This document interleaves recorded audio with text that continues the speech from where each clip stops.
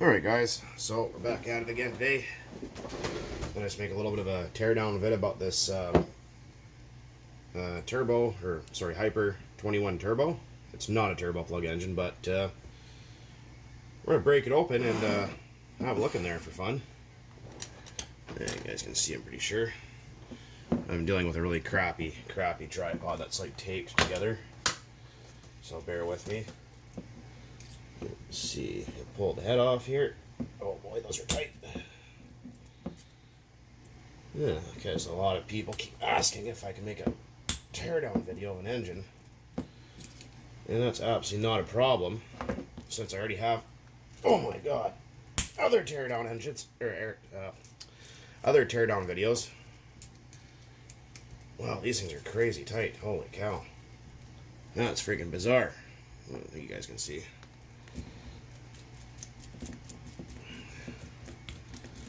Wow. So I have the iron grip when they put these things together, man. Holy. Anyways, like I was saying, somebody was asking, well, how do you take apart a nitro engine? And I guess my video on how to take apart the Dynamite 19 wasn't descriptive enough, so I guess I'll just do it again. Also gives you guys something to watch. So hopefully the 1/5 scale should be coming out again in the next week or two or something. Alright, there we go. Let's have a look at that piston in there. Oh, wow. This thing's got like tons of pinch. And a lot of people ask, God, a lot of people ask when they have the, excuse me, the cylinder head off, why it's tight around the top, like why it's hard to push the piston up. And I've explained this many times before, is that the top of the cylinder is actually physically smaller than the bottom, so it's kind of cone shaped, I guess, tapered, whatever you want to call it, which helps the engine build compression to run. Now if you can push the piston all the way through, well, that's just no good. So you don't want to have that happen. That means your engine is worn out. Or the symptoms of that is an engine that's very hard to start. Or when you do start it and you get it warmed up, it runs for maybe a minute or two and then shuts off and won't start up till it's cooled down again. So those are things to look for when your engine is doing that. Or you have a big fuel and exhaust system leak somewhere. Either one. All right.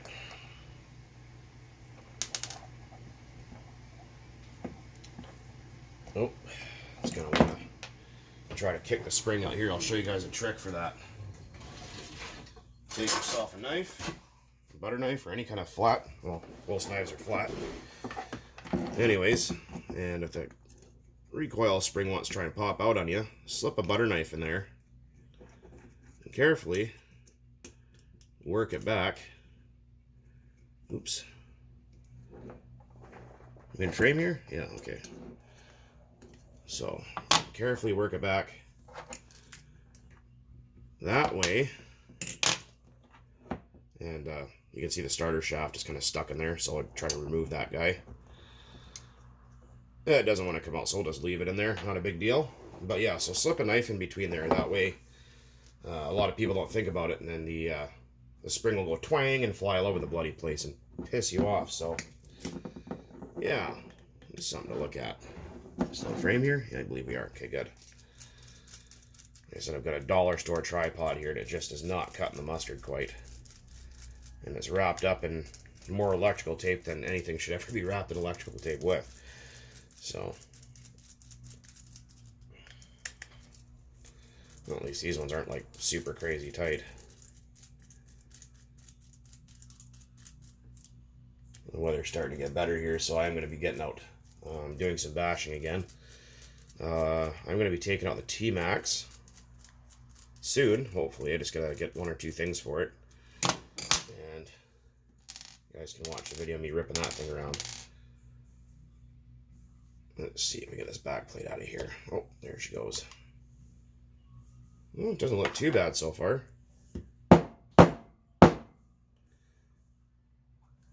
There's the one-way bearing. Oh, weird. I've never seen one like that before. Look at that. That's different.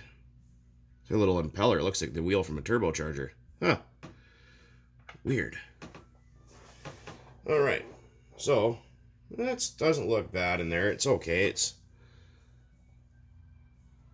not the best, but not worst I've ever seen. So, next you're going to remove the sleeve. And a lot of people ask me, how do you get it out? Well, you can jam something in the exhaust port, something soft like a popsicle stick or zip ties, whatever.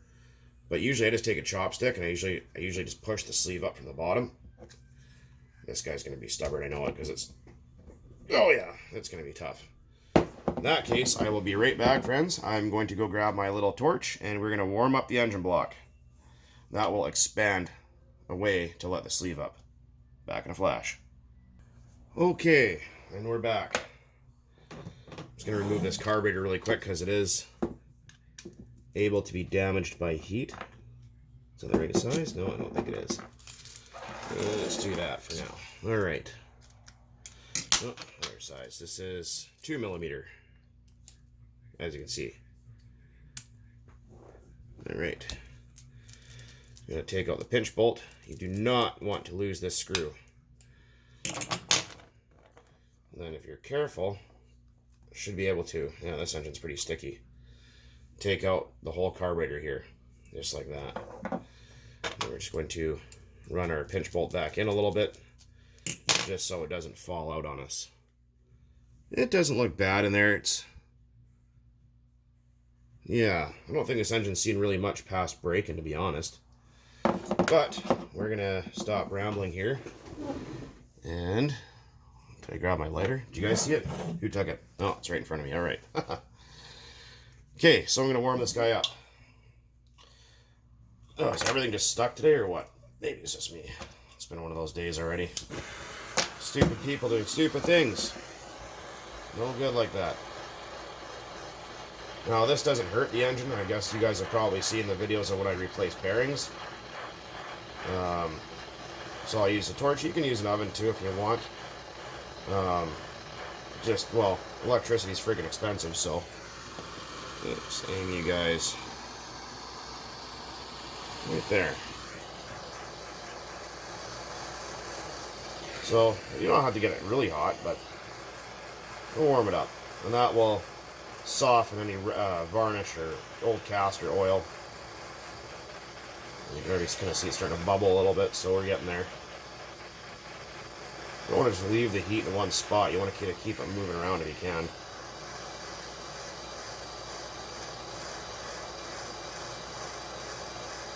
This is what to do if your sleeve is stuck in the block. Using a penetrating oil does help, like a PB Blaster or something like that, if you guys have it. Alright. Let's see. What do you think, we're going to win here or what? Oven mitt. Helpful in this situation. Alright, so we're going to reach up there and try to push the back of the sleeve up and out. Maybe not. Oh, this guy's really jammed up in there. Holy moly. No, it's not wanting to come out. So I'm going to pause for a bit and work on that because I'm limited on my space here, already at 8 minutes, so I'll be back shortly. Alright, so we are winning the battle. Just had to give it some more heat and some, as you can see, some penetrating oil. So we got the sleeve up. It's just varnished in. It's very common to see this on an engine that's kind of sat around forever. I'm just going to clean that up really quick here. Remember not to touch the hot engine. And we're going to work that sleeve up carefully. I'm going to see if I can grab it with... Don't use pliers on sleeves. Like, don't be tempted to grab that with pliers, because if you do, you can actually distort the sleeve or make it not seal again. Oh, well, it's still not coming out. Hang on, I'll be right back. Oh, we're going to give it some more heat because it's still not coming apart. I got to move a little bit, and it's just varnished real bad. Started moving with the chopstick, and then as soon as I turned the camera back on, it froze up. So we're going to heat this guy up a little bit more here. And hopefully get it to release a little bit. I'm going to throw a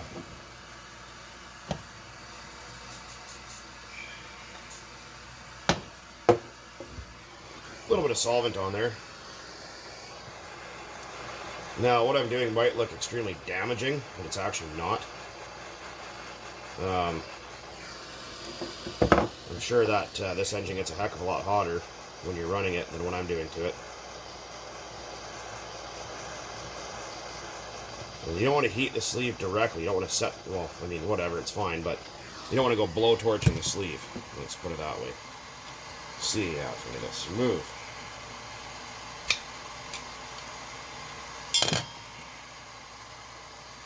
Oop.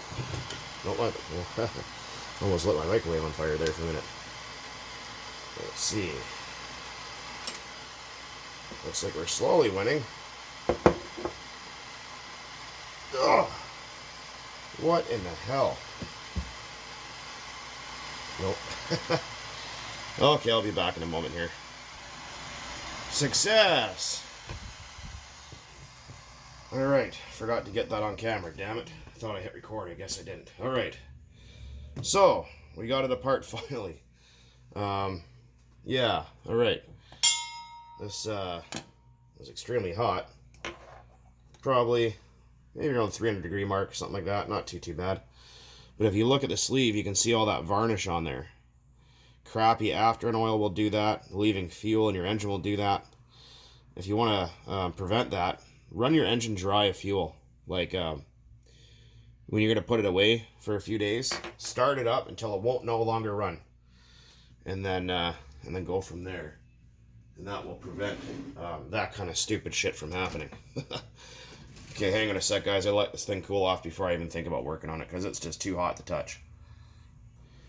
Okay, after a cool down session in my freezer for a while, it's now safe to touch without burning the crap out of myself. We're just going to gently pull the piston off the rod. And a lot of people are always like, oh, what way does a piston go back in? If you see that cutout right there, that faces towards... Stupid camera won't focus. Come on, pay attention. Really? Oh my god. Everything today, man, I'm telling you. Okay. Good camera, my foot. Okay, there you go. So you can see that cutout side faces the carburetor side of the engine. So this way. Right. Burnt the crap out of my freaking finger too, right on. Going to remove the crankshaft, and usually if you just push on them, they'll come out. But if they won't, you can use the butt end of a plastic screwdriver to tap lightly, and they'll usually come right out for you. So there's our crank. It has been sawed down to fit something else. I don't exactly know what. But there it is. And you can see the inside isn't the best. Let's feel those bearings in there. Oh, actually, you know what? They don't feel bad at all. See the front one here. Yeah, they feel all right. So what I'm going to do is lean over to the side here. I'm actually going to take this outside, just hose this down with some brake parts cleaner. I'll be right back. Okay. All right, all clean. Good to go. So, yeah, you don't have to be afraid to hose it down. Just go for it. You won't hurt nothing.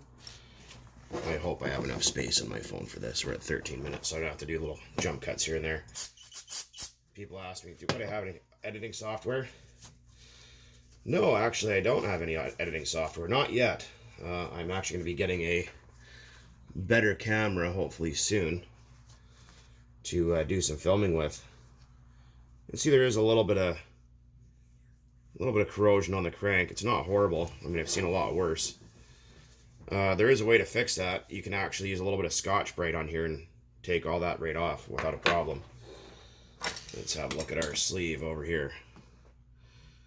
And you can see that all that sticky varnish on there, and sometimes it comes off brake clean, sometimes it doesn't.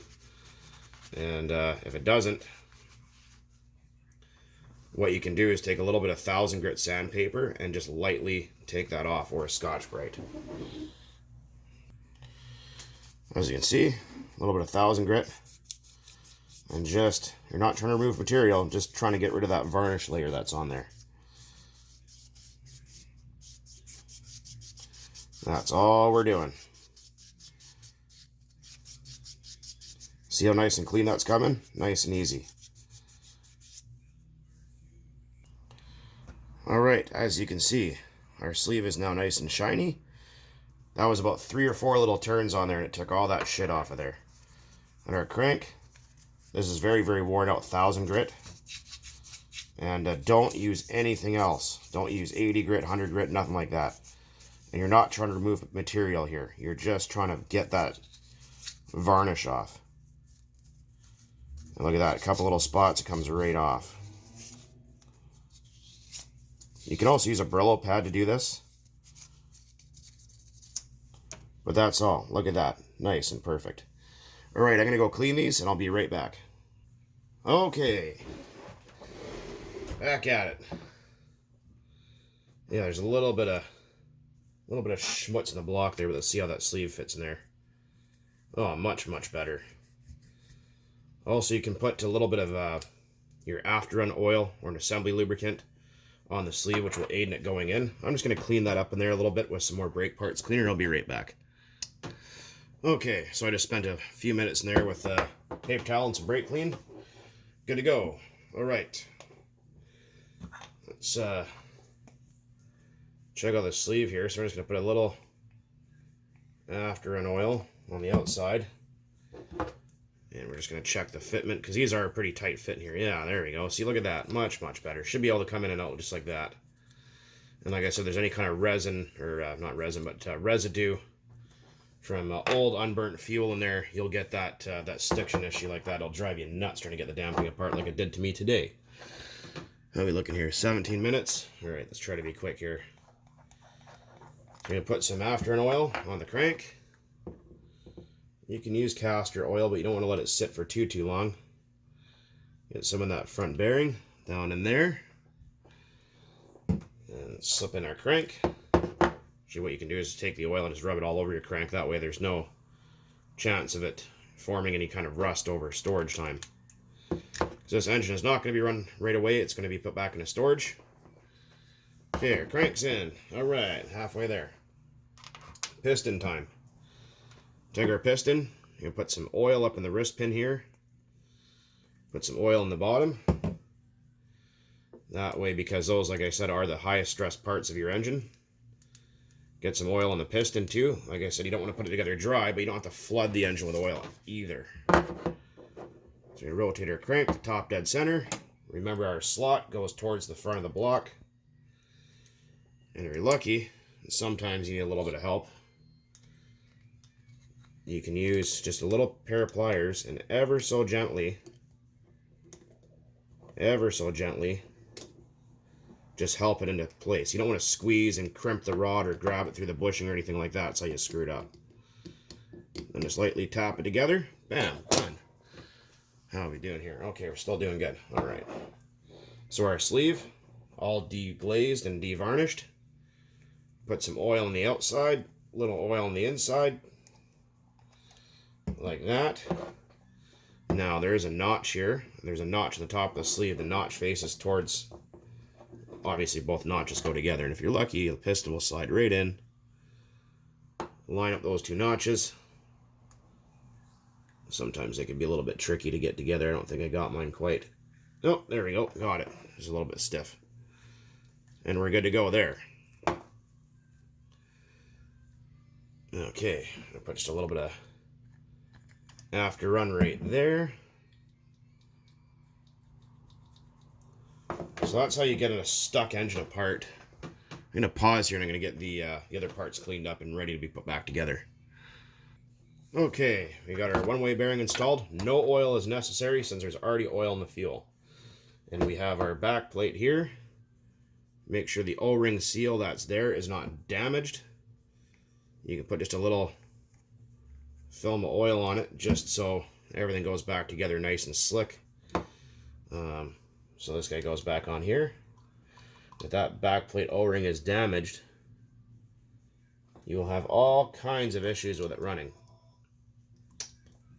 Oh, great. Okay, I'm gonna get these screws back in and pause here. Some idiot's trying to call me as usual. Sorry about that. Just another customer of mine. Great guy, anyways. So here's a little trick here. If your pull starter slips, like it doesn't always want to grab, see that starter shaft? Take yourself a little 800 grit, right? A little 800 grit wet dry, a little bit of 3M, and just buff that surface a little bit with it. You don't have to remove material. That's not the idea here. Is you're just trying to break that glazing on there. Because these do get glazed from the oil and the fuel, and they don't want to work right sometimes. You can also take your one-way bearing out and clean it. No oil is necessary. Then we're going to take some non-chlorinated brake parts cleaner. Important. Do not use chlorinated for this, because you will wreck stuff. So, yeah, anyways, if your pull starter is slipping, just take that shaft and just give it a little bit of a sand. Nothing much, just enough to break the glaze, and it will never slip again, I promise. Okay, I'm going to put this back on. I'll be right back. Alright, so as we can see, turns over nice and smooth.